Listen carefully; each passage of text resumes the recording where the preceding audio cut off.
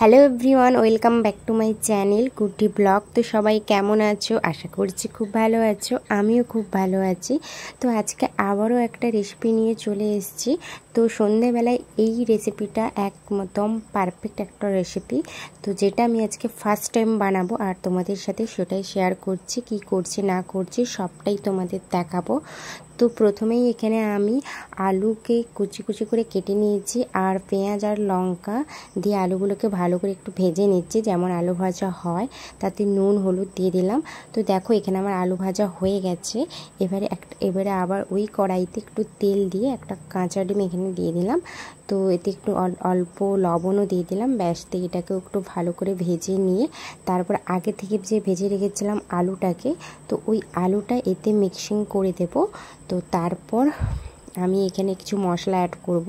এখানে আমি জিরে গুঁড়ো আর একটু চাট মশলা দিয়ে দিচ্ছি। ব্যাস দিলে আমার এখানে এই পুরটা, আলুর এই পুরটা তৈরি করা হয়ে যাবে। আর বাদ বাকি প্রসেসটা আমি দেখাচ্ছি তারপরে কি করছি। তো তারপরে এখানে আমি আটা আর একটু ময়দা নিয়ে নিয়েছি। যতটা আটা নিয়েছি ততটাই ময়দা নিয়েছি, আর একটু লবণ দিয়ে দিলাম আর একটু কর্নফ্লাওয়ার দিয়ে দিলাম।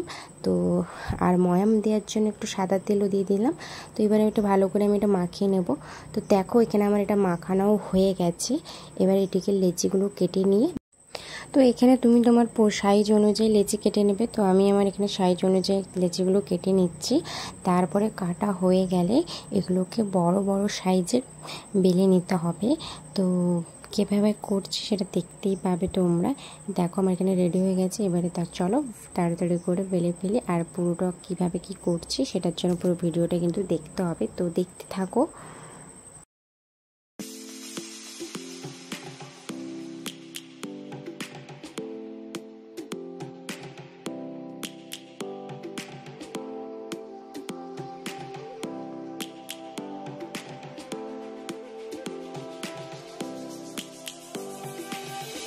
Lions roaring in the morning sun, searching for a longer day.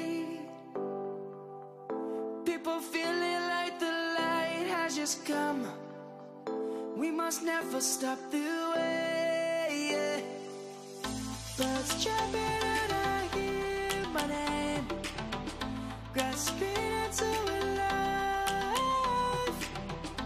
Life is happy but it's so insane. We must merely make a start. Savannah, I'm coming home. Savannah, we'll never be alone. Savannah, the beauty of the world. Savannah, let's all take a walk.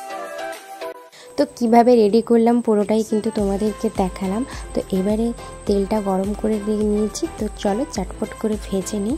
আর সন্ধেবেলায় কিন্তু এই রকম বানিয়ে অবশ্যই তোমরা খেতে পারো।